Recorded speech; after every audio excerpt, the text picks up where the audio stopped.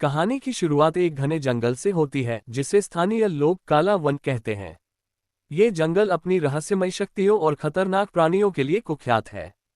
जंगल के किनारे बसा एक छोटा सा गांव जिसका नाम है शिवपुर, अब भय और अनिश्चितता के साए में जी रहा है। गांव के लोग हर रात जंगल से आने वाली अजीब आवाजों और गायब होते ग्रामीणों की कहानियों से डरे हुए हैं। मुख्य पात्र वीर एक युवा और नन्हा सा योद्धा है जो अपने पिता की रहस्यमय मृत्यु के बाद गांव लौटता है। वीर के पिता रघुवर एक सम्मानित जंगल रक्षक थे जिन्हें जंगल के रहस्यों की गहरी समझ थी। उनकी मृत्यु के बाद वीर को एक पुराना पत्र मिलता है जिसमें लिखा है, जंगल की फौज को जागृत मत होने दे वरना मृत्यु का सौदागर सब कुछ नष्ट कर देगा। वीर इस पत्र को पढ़कर उलझन में पड़ जाता है।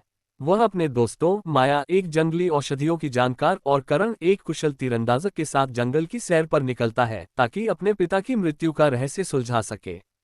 जंगल में प्रवेश करते ही वीर और उसके साथी एक असामान्य दृश्य देखते हैं।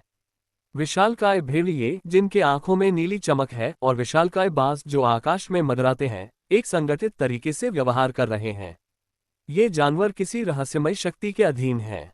माया को एक प्राचीन पेड़ के पास एक निशान मिलता है जो एक प्राचीन जादुई प्रतीक है। वह बताती है कि यह प्रतीक जंगली फौज को नियंत्रित करने की शक्ति रखता है। उसी रात वीर को एक सपना आता है जिसमें एक काला साया उसे जंगल के गहरे हिस्से में बुलाता है। सपने में वह अपने पिता को देखता है जो उसे चेतावनी देता है कि मौत का सौदागर जंगल की शक्ति को अपने नियंत्रण में लेना चाहता है।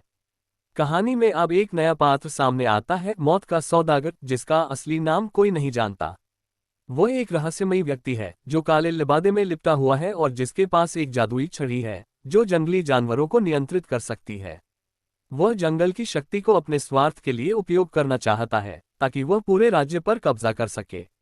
सौदागर के पास एक सेना है जिसमें न केवल जंगली जानवर शामिल हैं बल्कि भाड़े के सैनिक और जादूगर भी हैं। वह गांव के लोगों को डराने के लिए जंगल से जानवरों को भेजता है ताकि वे उसकी मांगों को मान लें। वीर माया और करण जंगल के गहरे हिस्से में एक प्राचीन मंदिर की खोज करते हैं। मंदिर में उन्हें एक पुरानी किताब मिलती है जिसमें जंगल की फौज के बारे में लिखा है। किताब के अनुसार जंगल की शक्ति को एक प्राचीन रत्न जंगल का हृदय नियंत्रित करता है। ये रत्न मंदिर के गुप्त कक्ष में छिपा हुआ है, लेकिन मंदिर में प्रवेश करने से पहले उन्हें सौदागर की सेना का सामना करना पड़ता है। एक रोमांचक युद्ध के बाद वीर और उसके साथी मंदिर में प्रवेश करते हैं और रत्न को हासिल कर लेते हैं, लेकिन सौदागर पहले से ही उनकी प्रतीक्षा कर रहा होता है। कहानी का चरमोत्कर्ष तब होता है जब वीर और सौदागर के बीच एक महायुद्ध होता है।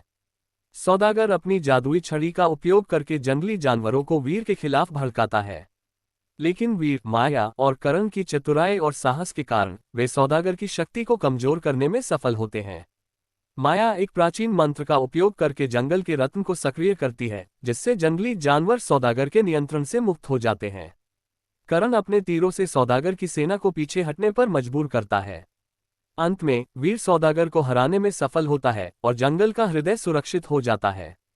सौदागर की हार के बाद जंगल में शांति लौट आती है।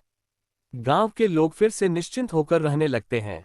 वीर अपने पिता की विरासत को आगे बढ़ाता है और जंगल का रक्षक बनता है। माया और करण भी गांव की सुरक्षा में उसका साथ देते हैं।